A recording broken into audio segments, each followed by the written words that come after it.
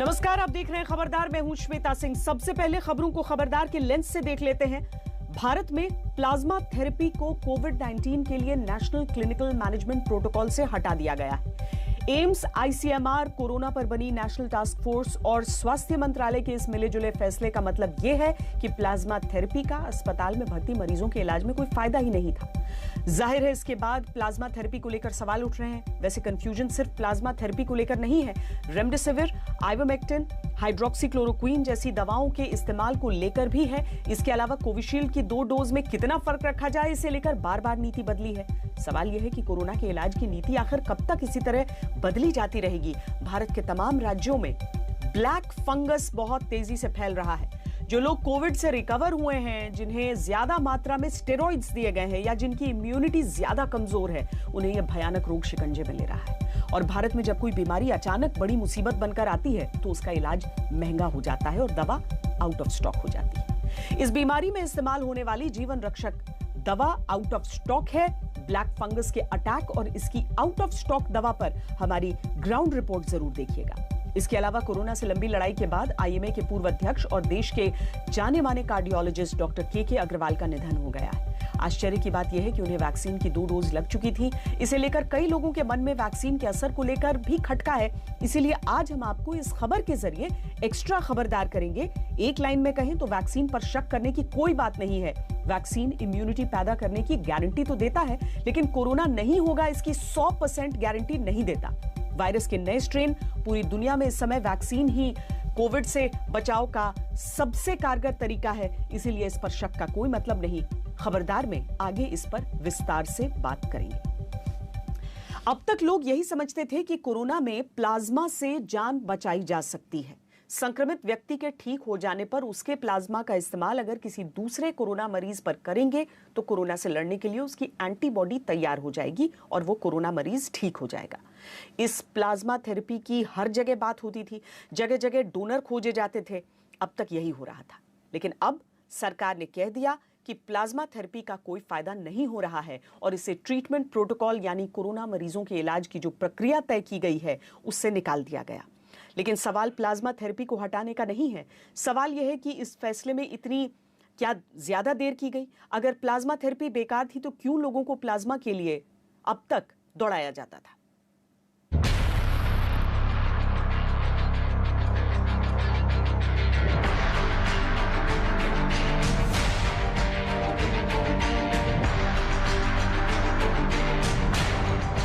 Corona से जान बचाने में जिस प्लाज्मा थेरेपी का बड़ा नाम था, जिसके लिए प्लाज्मा बैंक बन गए, जिसके लिए आज भी डोनर खोजे जाते हैं, जिसके लिए आज भी लोग गिड़गिड़ाते हैं, उस प्लाज्मा से इलाज को अब सरकार ने कोरोना के ट्रीटमेंट प्रोटोकॉल से ही हटा दिया है।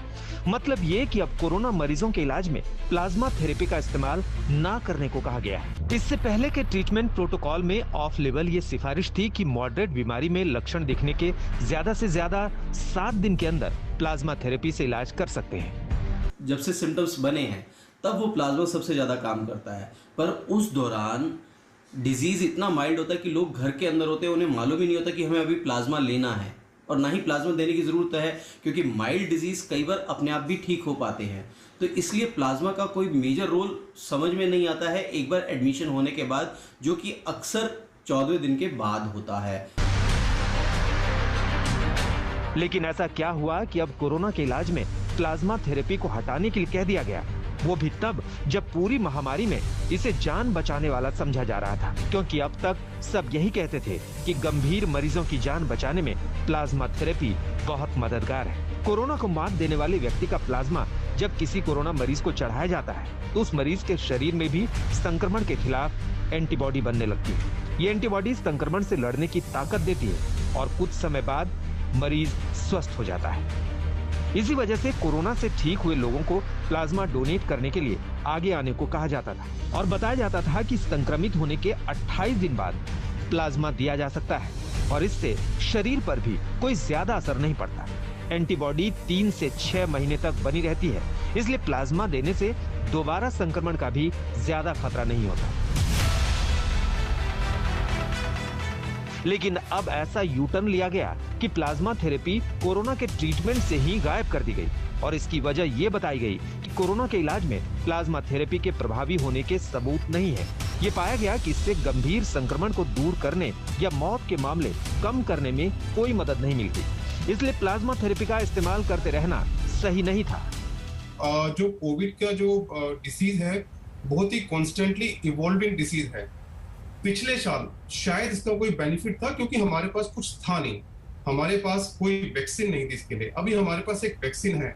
पिछले साल इस थेरेपी को हमने ऑफ लेवल यूज दिया था कि मतलब अगर आपके पास कोई भी ऑप्शन नहीं है, ठीक है, आप एक एंटीबॉडी दीजिएगा। जिनके अंदर कोई एंटीबॉडी नहीं है शायद उसको 1 या 2 मैक्सिमम प्लाज्मा देके आपको बेनिफिट मिल जाएगा। लेकिन इसके परिणाम देखिएगा, मरीजों के रिश्तेदार 25,000 रुपए से लेकर 40,000 रुपए एक प्लाज्मा थेरेपी के लिए खर्च करते थे। उनको एक डोनर लाना पड़ता था और उसकी क्राइटेरिया होती थी, और ये कोई गारंटी नहीं है कि डोनर के अंदर उसका प्लाज्मा का जो टाइटर है मोर देन 3:5 जो हमें चाहिए वो उसमें मिलेगा ही नहीं मिलेगा। सो बहुत पेशेंट ने सफर किया है एंड आई थिंक गवर्नमेंट ने जो डिसीजन लिया है it's a very good decision and we welcome it. Plasma therapy को हटाने के लिए पिछले काफी समय से चर्चा चल रही थी। पिछले हफ्ते कोरोना की नेशनल टास्क फोर्स और ICMR की बैठक में इस पर सहमति बन गई कि अब प्लाज्मा थेरेपी से कोरोना के इलाज को रोका जाएगा। देश के 18 एक्सपर्ट्स ने प्रमुख वैज्ञानिक सलाहकार को चिट्ठी भी लिखी थी कि प्लाज्मा थेरेपी का कोई फायदा नहीं है, इसका इस्तेमाल तर्कहीन और अवैज्ञानिक है। प्लाज्मा थेरेपी से इलाज सबूतों पर आधारित नहीं है। बिना सोचे समझे इसके इस्तेमाल से वायरस के और ताकतवर होने की भी आशंका है। इससे महामारी और बढ़ सकती है। ये एक स्टडी में पाया गया था कि प्लाज्मा वायरस को म्यूटेट करने में हेल्प कर रहा है, तो ये भी हो सकता है कि कम्युनिटी में प्लाज्मा का इतना यूज जो चल रहा था उससे कहीं वायरस की जो म्यूटेशन है उसमें भी हेल्प ना हो रही हो।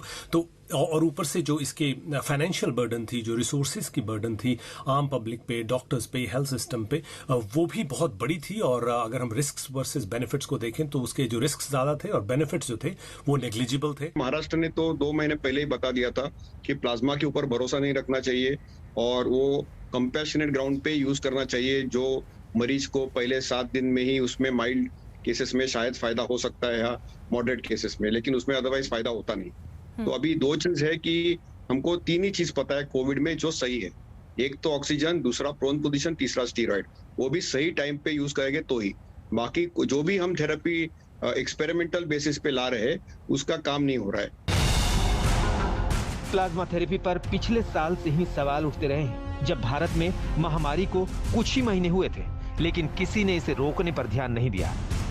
खुद ICMR ने पिछले साल सितंबर में अपने अध्ययन में पाया था कि प्लाज्मा थेरेपी से कोई फायदा नहीं है। तब देश भर में 39 जगहों में 464 मरीजों पर प्लाज्मा थेरेपी के असर का अध्ययन किया गया था। पिछली वेव में प्लाज्मा को हमने जरूर डेफिनेटली काफी पेशेंट्स में दिया था, रिकमेंड भी किया गया था, क्योंकि ये नई बीमारी है। तो इसके ऊपर अब रिकवरी ट्रायल्स आए हैं। रिकवरी ट्रायल्स एक बहुत बड़े ट्रायल्स हैं, बहुत बड़े।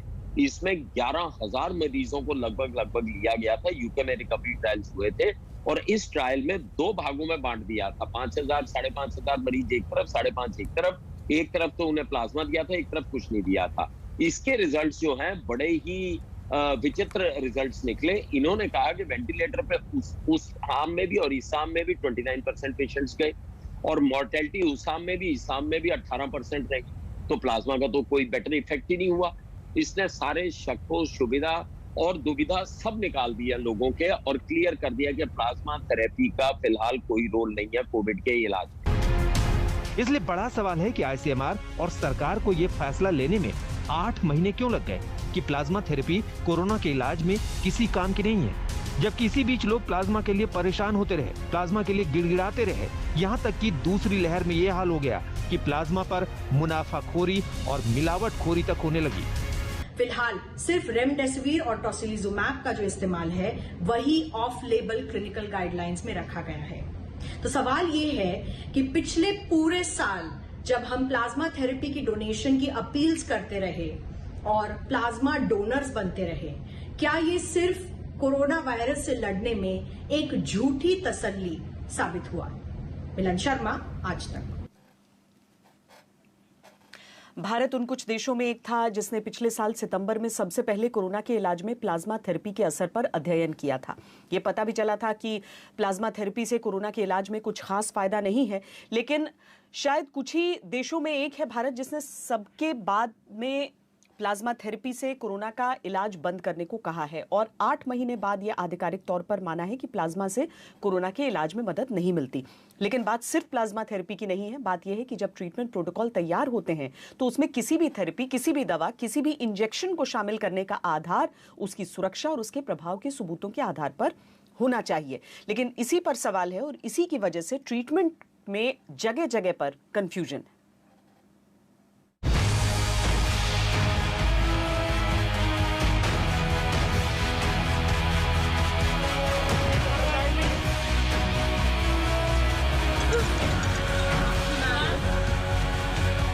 कोरोना से तबाही में अपनों को बचाने के लिए अब तक लोगों ने क्या क्या नहीं किया। प्लाज्मा लाने को कहा गया, प्लाज्मा के लिए जगह जगह गिड़गिड़ाए। रेमडेसिविर लाने को कहा गया, हजारों लाखों रुपए खर्च कर दिए। क्या टोसिलीजुमैब, क्या आइवरमेक्टिन और क्या हाइड्रोक्लोरोक्वीन, क्या दवा, क्या इंजेक्शन, लेकिन कौन कितना क्या काम करेगी किसी को पता नहीं। सिर्फ एक बात पता है कि इलाज में कंफ्यूजन ही कंफ्यूजन है।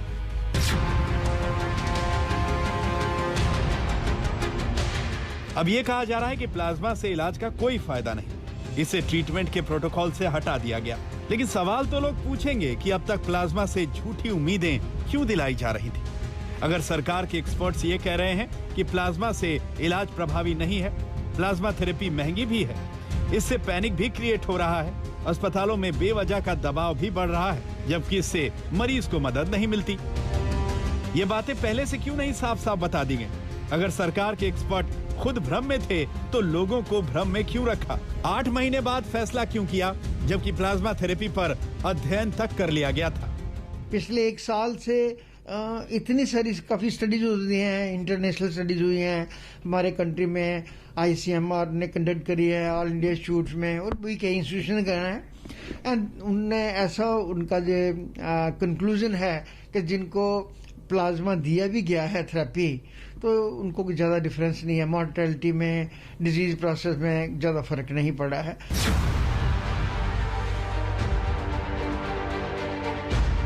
कोरोना के इलाज में कंफ्यूजन नंबर 2, रेमडेसिविर का इस्तेमाल करें या नहीं। जो बातें अब प्लाज्मा थेरेपी पर की गई और जिसे ट्रीटमेंट प्रोटोकॉल से हटा दिया गया, ठीक वही बातें रेमडेसिविर इंजेक्शन पर भी हो चुकी हैं। बस इसे ट्रीटमेंट प्रोटोकॉल के ऑफ लेवल यानी इमरजेंसी इस्तेमाल से हटाया नहीं गया है। जबकि खुद एम्स के डायरेक्टर डॉक्टर रणदीप गुलेरिया कह चुके हैं कि रेमडेसिविर इंजेक्शन कोई जादुई गोली नहीं है, ना ही ये मौत के आंकड़ों को कम करती है। इसे अस्पताल में भर्ती उन मरीजों को ही दिया जाना चाहिए जो मॉडरेट बीमारी से भर्ती हैं और जिनका ऑक्सीजन लेवल कम हो रहा है। विश्व स्वास्थ्य संगठन भी कह चुका है कि गंभीर मरीजों और जानलेवा परिस्थितियों में रेमडेसिविर इंजेक्शन का कोई असर नहीं दिखा है। It's important to understand that remdesivir is not the magic bullet and it is not a drug which is decreasing mortality. However, it does have a role and therefore it is being used that we may use remdesivir because we don't have a good antiviral drug. Remdesivir की तरह एक और injection है tocilizumab. इसका भी corona के treatment protocol में of level यानी विशेष परिस्थितियों में इमरजेंसी इस्तेमाल के तौर पर ही जिक्र है। गंभीर संक्रमण पर आईसीयू में भर्ती होने पर टोसिलीजुमैब इंजेक्शन विशेष परिस्थिति में देने को कहा गया है, लेकिन कई अध्ययन में यह पाया गया है कि गंभीर मरीजों के इलाज में ये ज्यादा कारगर नहीं है। अगर आईसीयू में भर्ती मरीज को पहले 48 घंटे के अंदर इसकी डोज दी जाए तो उसकी हालत कुछ सुधर सकती है, लेकिन जान बचने की कोई गारंटी नहीं है। जो रेमडेसिविर जो दवाई है वो एक एबोला वायरस के लिए थी, उसको अब कोविड के लिए भी इस्तेमाल किया जा रहा है। वो जो सबसे बड़ा ट्रायल था उसमें उनमें कोई भी मोर्टेलिटी बेनिफिट यानी कि ये नहीं है कि उसमें ज़्यादा देर जिंदा रह सकते हैं, वो बेनिफिट नहीं दिखाया गया था। कुछ हद तक हॉस्पिटल स्टे में जरूर फायदा था, लेकिन मोर्टेलिटी बेनिफिट नहीं था। इसी तरह आइवरमेक्टिन दवा है, इसका भी कोविड ट्रीटमेंट प्रोटोकॉल में जिक्र है और इसका इस्तेमाल ये मानकर किया जाता है कि ये दवा कोरोना से मौत के खतरे को कम कर देती है। खुद विश्व स्वास्थ्य संगठन कह चुका है कि किसी भी नई बीमारी के लिए दवा से सुरक्षा और उसका प्रभाव देखना जरूरी है। इसीलिए क्लिनिकल ट्रायल को छोड़कर कोरोना मरीजों को आइवरमेक्टिन दवा न दी जाए। आइवरमेक्टिन दवा पर तमिलनाडु जैसे राज्य में रोक भी लगा दी है, लेकिन गोवा, उत्तराखंड जैसे राज्य इस दवा को घर घर बांटने की तैयारी कर रहे हैं। आइवरमेक्टिन ओरल दवाई है जिसका असर कुछ एंटीवायरल के लिए देखा गया है, लेकिन उसको रखना और लगातार लेना बिल्कुल नहीं है, क्योंकि साइड इफेक्ट्स हो सकते हैं। कुछ लोगों ने इसकी प्रोफिलैक्सिस की बात भी की है, कुछ स्टडीज में की है, लेकिन मेनली वो हेल्थ केयर वर्कर्स के लिए आता है जो मोर प्रोन होता है सीरियस इन्फेक्शन के लिए, उनको कहा जाता है। लेकिन हर किसी ने अपने घर में रखनी शुरू कर दी है, अपने आप ही लेना शुरू कर दिया है, कोई भी रेजिम बना के ले लिया है, वो ठीक नहीं है। ये दवाइयाँ हैं, कोई ये इसका साइड इफेक्ट्स भी हो सकते हैं, और होते हैं तो गंभीर रूप से हो सकते हैं। इतना विरोधाभास इसी देश में हो सकता है, वो भी तब जबकि कोरोना जैसे वायरस से सामना है। लेकिन हर तरफ कंफ्यूजन ही कंफ्यूजन है। बिना सोचे समझे दवाइयों की गोलियां गटक रहे हैं, फिर चाहे आइवरमेक्टिन हो या डेक्सामेथासोन या फिर हाइड्रोक्लोरोक्विन। महामारी के इतने महीने बाद सरकार भी भरोसे से नहीं बता सकती कि कौन सी दवा क्या काम कर रही है और इसका क्या प्रभाव है और इसका क्या असर होगा। स्नेहा मोरदानी के साथ आज तक ब्यूरो। यही कंफ्यूजन जो है वो वैक्सीन की डोज को लेकर भी है। कोविशील्ड वैक्सीन की 2 डोज के बीच कितना अंतर होना चाहिए, इस पर अब हर जगह बहस हो रही है। पहले कोविशील्ड की 2 डोज के बीच 4 से 6 हफ्ते का अंतर था, फिर इसे बढ़ाकर 6 से 8 हफ्ते किया गया, फिर 12 से 16 हफ्ते कर दिया गया है। यानी कोविशील्ड की दूसरी डोज अब 3 से 4 महीने के बाद ही लगेगी, जबकि इंग्लैंड ने वायरस के बदलते रूप और नए खतरे के बीच वैक्सीन की 2 डोज के बीच का अंतर 12 हफ्ते से घटाकर 8 हफ्ते कर दिया। लोगों को इस बात पर संदेह है कि आखिर 3 से 4 महीने के बाद वैक्सीन की दूसरी डोज कितनी प्रभावी होगी। हालांकि एक्सपर्ट ये मान रहे हैं कि चिंता की कोई बात नहीं है, 6 महीने से पहले दूसरी डोज ली जा सकती है। देश में कोरोना संक्रमण के केस कम हो रहे हैं, लेकिन एक नई मुसीबत तेजी से बढ़ती जा रही है। इसका नाम है ब्लैक फंगस, जो कोरोना से कई गुना ज्यादा जानलेवा है। डॉक्टरों के अनुसार अगर ब्लैक फंगस बीमारी का इलाज न किया जाए तो इससे पीड़ित 80% मरीजों की जान चली जाती है। अगर इस बीमारी को समय रहते डिटेक्ट न किया जाए तो डॉक्टर को सर्जरी का ऊपरी हिस्सा निकालना पड़ता है। फंगस से संक्रमित होने वाले व्यक्ति को 2 दिनों तक इलाज न मिलने पर उसकी आंखों की रोशनी जाने के साथ साथ मृत्यु का भी डर बना रहता है। ये इतनी खतरनाक बीमारी है कि इस बीमारी में मृत्यु दर 50% है।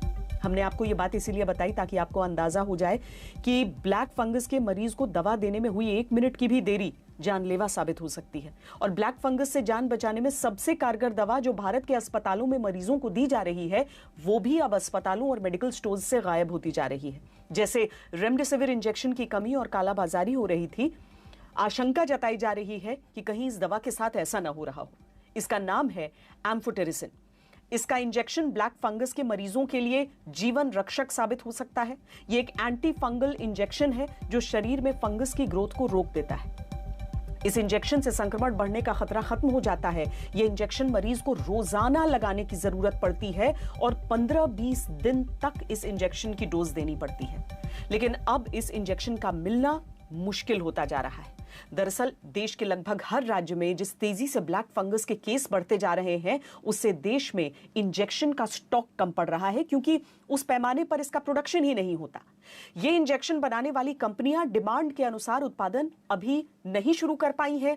इसकी वजह से ये इंजेक्शन बाजार से गायब नजर आ रहा है। इसके बावजूद इंजेक्शन की कालाबाजारी के बढ़ने की भी आशंका है और इंजेक्शन कई गुना ज्यादा दामों पर बेचा जा रहा है, ये आरोप भी लगाए जा रहे हैं। ब्लैक फंगस के मरीजों के परिवार वालों को इंजेक्शन के लिए दर दर भटकना पड़ रहा है। आज तक की टीम ने देश के कई बड़े शहरों में एम्फोटेरिसिन इंजेक्शन की डिमांड और सप्लाई के बीच बढ़ते इस गैप की ग्राउंड रिपोर्टिंग की है।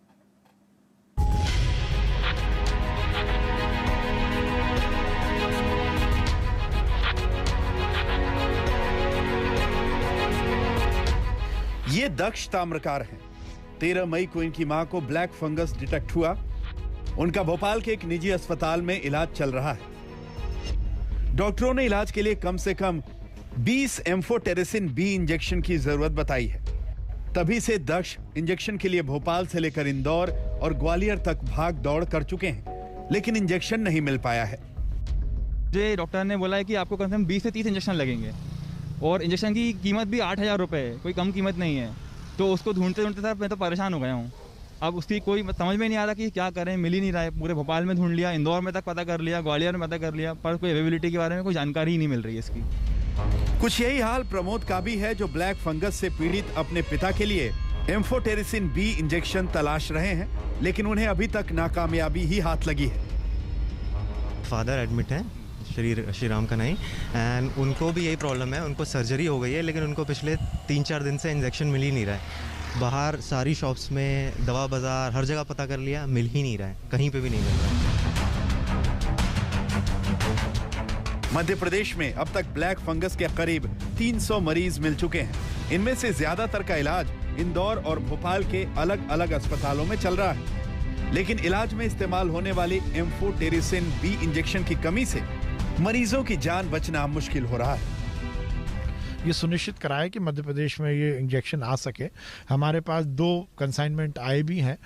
मेडिकल कॉलेज में हमने उपलब्ध करा दिया, और जो प्राइवेट सेक्टर में जिन चुनिंदा संस्थानों में इसका इलाज हो रहा है, क्योंकि हर जगह इलाज नहीं होता, इसमें कहीं ना कहीं सर्जिकल इंटरवेंशन की भी ज़रूरत पड़ती है। तो ऐसे प्राइवेट संस्थान जहां पर इसका इलाज चल रहा है, उसमें भी ये इंजेक्शन मिल सके, इसकी व्यवस्था हम कर रहे हैं। मध्य प्रदेश के पड़ोसी राजस्थान में भी ब्लैक फंगस के करीब 1000 मरीजों का इलाज अस्पतालों में चल रहा है। उत्तर प्रदेश के अलीगढ़ से अपने पिता को हुई ब्लैक फंगस बीमारी का इलाज करवाने जयपुर आए गौरव जगह जगह ब्लैक फंगस का इंजेक्शन खोज चुके हैं, मगर मिली है तो सिर्फ निराशा। यहाँ पर मैंने 9 तारीख को अपने फादर को एडमिट किया, 10 तारीख को उनकी सर्जरी हुई। सर के द्वारा लाइपोसोमल एम्फोटेरिसिन बी इंजेक्शन को रिकमेंड किया गया, जो लाइफ सेविंग है। उस इंजेक्शन को हमने हर स्टेट में, हर शहर में ढूंढा, इवन ब्लैक में भी। सच ये है, ब्लैक में भी खरीदने की कोशिश की गई। एक सिंगल इंजेक्शन की डोज हमें प्राप्त नहीं हुई है अभी तक। जयपुर के ENT अस्पताल में पिछले 5 दिनों से ब्लैक फंगस के किसी मरीज को एक भी इंजेक्शन नसीब नहीं हुआ है, जबकि एक मरीज को 40 से 60 इंजेक्शन तक चाहिए होते हैं। इंजेक्शन का हम हर स्टेट में, हर डीलर से, हर अधिकारी से हम इसकी बात करने की कोशिश कर रहे हैं। सबकी तरफ से हमें सांत्वना मिल रही है कि ये जल्दी आएगा, बट ये लाइफ सेव करने के लिए इंजेक्शन मरीजों के लिए बहुत ज़रूरी है।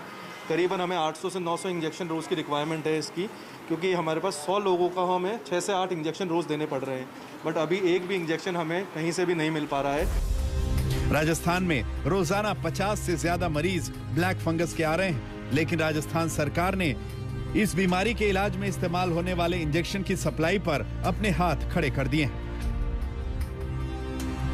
भारत सरकार ने इस औषधि को भी अपने नियंत्रण में ले लिया है और वही राज्यों को बंटवारा कर रही है। राजस्थान को उन्होंने 700 वाइल दिए हैं। अब 700 वाइल तो 10-12 मरीजों में ही काम आ जाएंगे। तो मैंने भारत सरकार के चिकित्सा मंत्री जी से चिट्ठी लिखी। हमने कहा कम से कम हमको 50,000 वाइल आप दीजिए, ताकि जो प्रदेश में इस बीमारी से ग्रसित व्यक्ति हैं हम उनका इलाज कर सकते हैं। अब तक देश के कम से कम 11 राज्यों में ब्लैक फंगस के केस आ चुके हैं। हालांकि अभी तक कोई भी राज्य सरकार ब्लैक फंगस के केसों की आधिकारिक संख्या की घोषणा नहीं कर रही, लेकिन रिपोर्ट्स के मुताबिक कई राज्यों में 500 से ज्यादा केस आए हैं। दिल्ली में ब्लैक फंगस के 150 से ज्यादा मरीज मिल चुके हैं। हरियाणा में अभी तक 50 से ज्यादा मामले सामने आए हैं। महाराष्ट्र में ब्लैक फंगस के कम से कम 1,500 केस सामने आ चुके हैं। गुजरात में भी अब तक 100 से ज्यादा केस सामने आ चुके हैं। हमने सारे ही स्टेट्स के साथ इस खराब बीमारी की चर्चा करी। हमने कई तरीकों से डॉक्टर्स को अवगत कराया और जानकारी दूर दूर तक पहुंचाने की कोशिश करी। एम्फोटेरिसिन बी की अवेलेबिलिटी पे खूब पुश है और अभी तक इतना नंबर नहीं है, लेकिन इसको आगे नहीं बढ़ना है। हम इसको we can not take it for granted. Uttar Pradesh में भी रोजाना 10 से ज्यादा ब्लैक फंगस के केस दर्ज हो रहे हैं। राजधानी लखनऊ के हालात इतने बिगड़ चुके हैं कि मरीजों की जान बचाने के लिए इंजेक्शन मिलना नामुमकिन हो चुका है। मेडिकल स्टोर्स पर ब्लैक फंगस से जान बचाने वाला इंजेक्शन आउट ऑफ स्टॉक हो चुका है। जनरल मेडिकल स्टोरों में ये नहीं मिलता है और इस समय उसकी शॉर्टेज इस वजह से भी हुई है क्योंकि अभी जो माल जिसके पास था वो एक्सपायरी उसकी बहुत नज़दीक थी।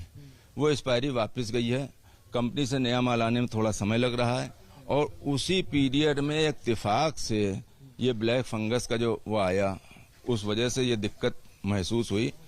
और जब अब वो कंपनियों में स्टॉक आएगा, वो मार्केट में आ जाएगा। मार्केट में उसके स्टॉकिस्ट भी कम लोग हैं, तो जिन जिन स्टॉकिस्टों के पास अब माल आएगा, तब इसकी अवेलेबिलिटी पूर्ण रूप से सुनिश्चित हो जाएगी। कोरोना के इलाज में इस्तेमाल होने वाले रेमडेसिविर और आइवरमेक्टिन जैसी दवाओं के बाद अब ब्लैक फंगस से जान बचाने वाले इंजेक्शन की कमी और कालाबाजारी मरीजों की जान पर भारी पड़ रही है, और ये किसी एक राज्य की समस्या नहीं है। तौर पर एक ही जवाब है जो सभी दुकानों से हमें मिल रही है, वो यही जवाब मिल रहा है, स्टॉक में नहीं है, अभी हफ्ते भर आने की उम्मीद नहीं है। ऐसे में जब दवाइयों की ज़रूरत है, क्योंकि कोविड के बाद एंटी फंगल दवाई इसलिए महत्वपूर्ण हो गई है कि ब्लैक फंगस की बीमारी जो कि आँखों पर, दिमाग पर, इन सब पर असर करती है, उसमें इसकी ज़रूरत होती है, लेकिन यहाँ पर नहीं है मुहैया, नहीं है मौजूद। कैमरामैन प्रदीप गुप्ता के साथ कुमार कुणाल, एम्स आज तक। एम्फोटेरिसिन इंजेक्शन की कमी बहुत चिंता का विषय है, क्योंकि ये इंजेक्शन ब्लैक फंगस के मरीजों के लिए जीवन रक्षक इंजेक्शन है। Confederation of all India traders यानी CAIT ने भी इसको लेकर अपनी चिंता जताई है। CAIT की तरफ से केंद्रीय स्वास्थ्य मंत्री डॉक्टर हर्षवर्धन को एक चिट्ठी लिखी गई है, जिसमें ब्लैक फंगस के इलाज में इस्तेमाल इंजेक्शन की ब्लैक मार्केटिंग पर लगाम लगाने के लिए जरूरी कदम उठाने की मांग की गई है। चिट्ठी में कहा गया है कि इस इंजेक्शन के सीमित उत्पादन की वजह से डिमांड के हिसाब से आपूर्ति नहीं हो पा रही है। जीवन बचाने वाले इन इंजेक्शंस की ब्लैक मार्केटिंग को रोकने के लिए जरूरी कदम उठाए जाने चाहिए। केंद्र सरकार को इन इंजेक्शन की सप्लाई को अपने कंट्रोल में ले लेना चाहिए। सभी मैन्युफैक्चरर्स को निर्देश जारी किए जाएं कि इंजेक्शन की सप्लाई सीधे अस्पतालों को ही की जाए, दुकानों में न पहुंचे। अब तक एम्फोटेरिसिन इंजेक्शन का ज्यादातर उत्पादन निर्यात के लिए किया जाता था और भारत में इसकी डिमांड बहुत कम थी, लेकिन कोरोना मरीजों में ब्लैक फंगस के केस आने के बाद इसकी मांग इतनी बढ़ गई है कि इसे पूरा कर पाना संभव नहीं हो पा रहा। इसका अंदाजा लगाने के लिए मैंने दिल्ली में मौजूद एशिया की सबसे बड़ी ड्रग्स एंड मेडिसिन मार्केट में एम्फोटेरिसिन इंजेक्शन के होलसेल सप्लायर्स से बात की। कोरोना के समय में एक अजीब सी स्थिति है कि जिस दवाई की सबसे अधिक आवश्यकता होती है या फिर डॉक्टर्स जिस दवाई को प्रिस्क्राइब कर रहे होते हैं, अचानक बाजारों से वो दवाइयां गायब हो जाती हैं। चाहे पिछले साल की हाइड्रोक्सी क्लोरोक्विन की बात हो, इस साल रेमडेसिविर की बात हो, ऑक्सीजन के लिए फ्लो मीटर की बात हो, और अब ब्लैक फंगस की दवाई। आशीष ग्रोवर जी हमारे साथ हैं, जो कि जनरल सेक्रेटरी हैं दिल्ली ड्रग ट्रेडर्स एसोसिएशन के। क्यों हो रहा है सर, ये क्यों गायब हो जाती हैं वो दवाइयां जिसको डॉक्टर्स प्रिस्क्राइब? नहीं श्वेता जी, इसमें मैं आपको क्लियर कहूंगा, दवाइयां गायब नहीं हुई हैं। एक्चुअली जो ये मेडिसिन ब्लैक फंगस के लिए आई है, ये पहले भी थी, बनती थी। एटलीस्ट 5 से 7 कंपनी बना रही हैं। एक कंपनी इसको मंथली 10,000 एटलीस्ट बनाती थी इंजेक्शन। बट अभी क्या हुआ है, क्योंकि एकदम से ब्लैक फंगस आया है और इसको स्टार्टिंग हुए भी 10-15 दिन 20 दिन हुए हैं। पहले ये गुजरात में था, उससे पहले ये महाराष्ट्र में था, फिर ये MP में गया। तो जो स्टॉक्स थे लोगों के पास या कंपनीज के पास, वो धीरे धीरे उन्होंने वहां पे सप्लाई किए। और इसको बनने में टाइम लगता है, और इसका जर्मन से जो सॉल्ट आता है, वो सॉल्ट अभी कंपनीज के पास नहीं था। मेरी रेगुलर कंपनी से मैं टच में हूँ, भारत सीरम से मेरी बात हुई है, माइलन से मेरी बात हुई है। 20 तारीख के बाद उन्होंने कहा कि हम इन इंजेक्शन को सप्लाई कर पाएंगे। लेकिन आपके माध्यम से मैं कहूंगा, गवर्नमेंट भी इस पे लगी हुई है कि जिस तरह से पहले आपको ध्यान होगा, रेमडेसिविर को हमने डायरेक्ट सप्लाई हॉस्पिटल में दिलवाई थी, तो मैं चाहूंगा ये इंजेक्शन भी जो कल परसों आने शुरू होंगे, डायरेक्ट हॉस्पिटल्स में ही जाएं, ट्रेडिंग में ना आए, क्योंकि ट्रेडिंग में आने से कालाबाजारी कहीं ना कहीं कई लोग होते हैं जो करते हैं। लेकिन अभी तक ये दवाइयां दुकानों पर हुआ करती थी, यहाँ पर नहीं, यहाँ पर वहाँ पहले होती थी, बट बहुत लिमिटेड, क्योंकि इसकी जो रिक्वायरमेंट थी वो 10% से भी कम थी। तो आपको लग रहा है ये हाइड्रोक्सी क्लोरोक्विन या रेमडेसिविर जैसा मामला नहीं है, ये डिफरेंट है, इसकी जरूरत ही नहीं पड़ती? एग्जैक्टली, बहुत कम पड़ती, जैसे मैंने जरूरत पड़ती थी, लेकिन बहुत कम जरूरत पड़ती थी, और वो 100 में से 1 पेशेंट होता था। और उस टाइम जो उसको इंजेक्शंस की क्वांटिटी थी या जो डोजेस थी वो इतनी नहीं लगती थी। पर जब से ये ब्लैक फंगस आया है, एक पेशेंट को 40, 50, 100 इंजेक्शंस की डिमांड आ रही है, लग रही है, डॉक्टर्स कह रहे हैं। तो मेरा यही कहना है कि इसको हॉस्पिटल में सप्लाई दें, क्योंकि पेशेंट हॉस्पिटल के अंदर एडमिट है, उसके जो अटेंडेंट है वो बाहर है, मार्केट में परेशान ना हो, कहाँ मिलेगा कहाँ नहीं मिलेगा, तो गवर्नमेंट इसको डायरेक्ट हॉस्पिटल में सप्लाई करवाए। दिक्कत यही हो जाती है कि अगर लोग सोचते हैं कि हम भाई ऑक्सीमीटर ढूंढ रहे हैं, ऑक्सीमीटर आउट ऑफ स्टॉक हो गया, अब तो खैर कुछ जगहों पर हम देख रहे हैं कॉन्सेंट्रेटर ढूंढ रहे हैं, वो गायब हो गया, तो लोगों के मन में एक विश्वास की कमी हो जाती थी। तो इस केस में आप कह रहे हैं ऐसा कुछ नहीं है, सप्लाई तब होगा जब प्रोडक्शन वहां पर शुरू। एग्जैक्टली प्रोडक्शन होगा तो सप्लाई होगी, और कंपनीज कह रही हैं कि हम लोग इसको प्रोडक्शन में डाल दिया और आ रहा है। बट मेरा सिर्फ कंपनीज को भी यही कहना है, गवर्नमेंट और आपके माध्यम से कहूंगा कि मार्केट में ट्रेडिंग इसको नहीं दें, इसको डायरेक्ट हॉस्पिटल्स में दें, क्योंकि हॉस्पिटल के पास एक सिस्टम है, उसके पास पता है कि मेरा 20 पेशेंट है और उसको एक पेशेंट को 100 इंजेक्शन लगने हैं, तो वो कंपनी से प्रिक्योर कर ले और डायरेक्ट उसी इंजेक्शन का उसको पेशेंट को दे। ब्लैक मार्केटिंग के चांस बिल्कुल नहीं, उससे नहीं होगी। बिल्कुल मैं बताऊंगा। एक चीज कॉस्ट को लेकर भी इसकी है, क्या रेंज है? अलग अलग ब्रांड्स का अलग अलग होगा, पर कॉस्ट क्या था अंतिम जो ये अवेलेबल था? ये जो मैक्सिमम इसकी एमआरपीज हैं वो 80 to 100 के 78 और 82 के बीच में हैं, और ये एमआरपीज में पहले आज से 6-8 महीने पहले इन पे स्कीम्स भी होती थी। 1+1 की कंपनी स्कीम देती थी।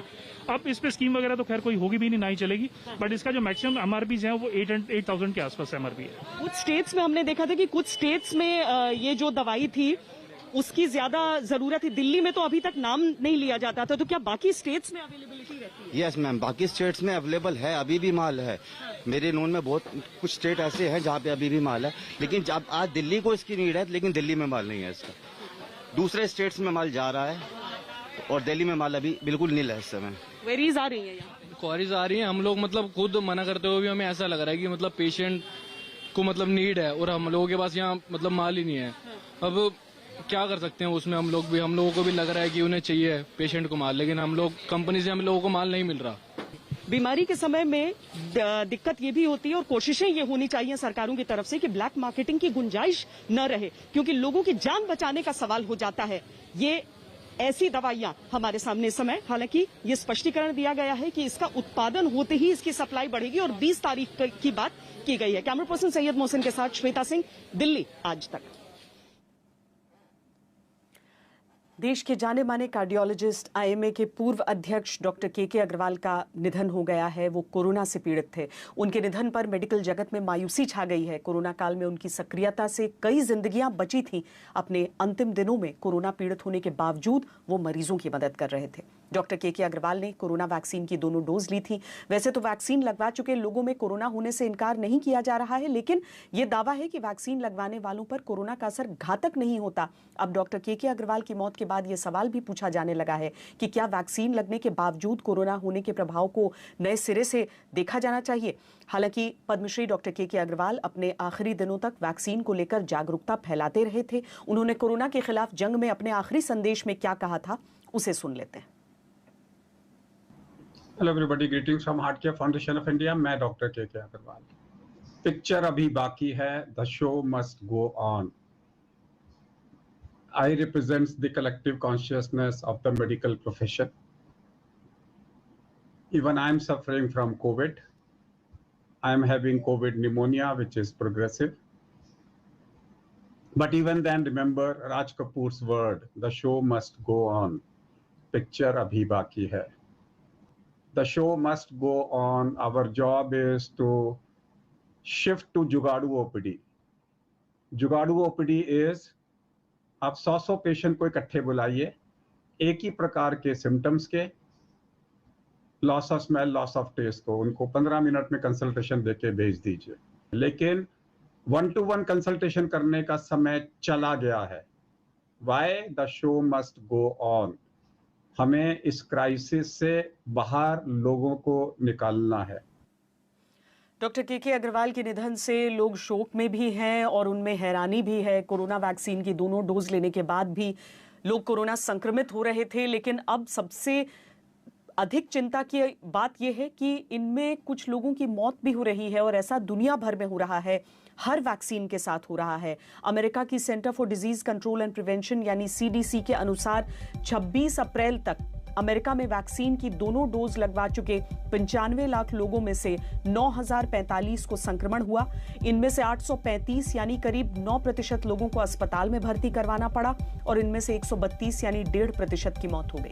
दोनों वैक्सीन डोज के बाद कोरोना संक्रमण से मौत को लेकर भारत में अभी तक कोई स्टडी नहीं हुई है। केंद्रीय स्वास्थ्य मंत्रालय के अनुसार दोनों डोज के बाद भी कोरोना से मौत के डेटा पर नजर रखी जा रही है, लेकिन वैक्सीन की दोनों डोज ले चुके लोगों में संक्रमण होने के आधिकारिक आंकड़े भारत सरकार ने जारी किए हैं, जिनके अनुसार कोवैक्सीन की डोज लेने के बाद 23,940 लोग कोरोना संक्रमित पाए गए। पहली डोज के बाद 18,427, जबकि दूसरी डोज के बाद 5,513 लोग कोरोना संक्रमित हुए। ये 0.13% है कुल संख्या का देखें तो। कोविशील्ड वैक्सीन लगवा चुके 1,19,000 से ज्यादा लोग भी कोरोना की चपेट में आ चुके हैं। पहली डोज के बाद 84,000 से ज्यादा, दूसरी डोज के बाद करीब 35,000 लोगों को कोरोना हो चुका है। ये संख्या 0.07% है। यानी वैक्सीन कोरोना संक्रमण से बचाने की 100% गारंटी नहीं देती। ये बात वैक्सीन बनाने वाली कंपनियां भी कह चुकी हैं। लेकिन वैक्सीन की दोनों डोज लगवाने के बाद भी डॉक्टर के अग्रवाल को कोरोना से अपनी जान गंवानी पड़ी। ये दुख की बात है। अब ये रिसर्च का विषय भी है कि दोनों डोज लेने के बाद भी कोरोना से जान गंवाने वाले लोगों में क्या दोनों डोज लेने के बाद भी एंटीबॉडीज नहीं बनी? अगर एंटीबॉडीज बनी तो क्या उतनी नहीं बनी जितनी संक्रमण से जान बचाने के लिए बननी चाहिए? और कहीं ऐसा तो नहीं कि जो एंटीबॉडीज बनी वो वायरस के स्ट्रेन के खिलाफ कारगर नहीं हुई? एक ब्रेक के लिए रुक रहे हैं, आप रहिए खबरदार।